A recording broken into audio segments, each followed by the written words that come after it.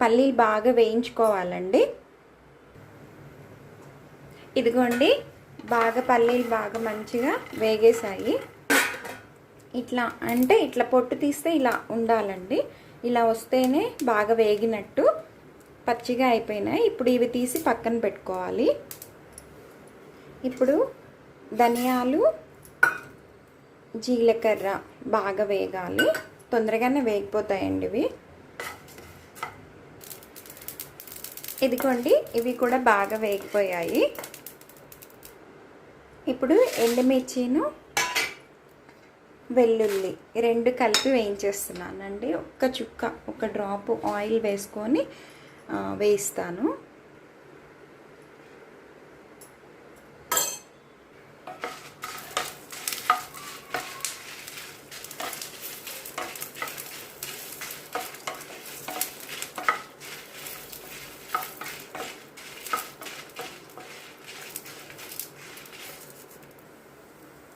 మిరపకాయలు కూడా వేగిపోయాయండి.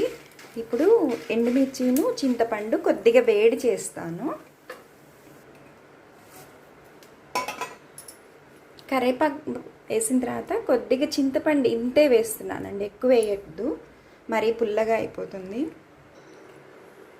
ఇవి బాగా చల్లారబెట్టుకోవాలండి. చల్లారబెట్టుకున్న తర్వాత నేను పొట్టు తీయట్లేదండి, పొట్టు తీయకుండానే చేసేస్తున్నాను. నేను దీనికి రాళ్ళ ఉప్పు వేస్తున్నానండి. రాళ్ళ ఉప్పు అయితే టేస్టీగా ఉంటుంది. ఇదిగోండి, పల్లీల పొడి అయిపోయింది. ఇది 1 వీక్ 10 డేస్ దాకా ఉంటుంది. ఇట్లా బాటిల్లో స్టోరేజ్ చేసి పెట్టుకోవచ్చు. మంచిగా దోశల మీద కూడా వేసుకొని తినేయచ్చండి, చట్నీ లేనప్పుడు. ఇట్లా అన్నంలోకి చాలా బాగుంటుంది. వేడి అన్నంలో నెయ్యి వేసుకొని తింటే, ఆవకాయలో కలుపుకొని కూడా తినచ్చు.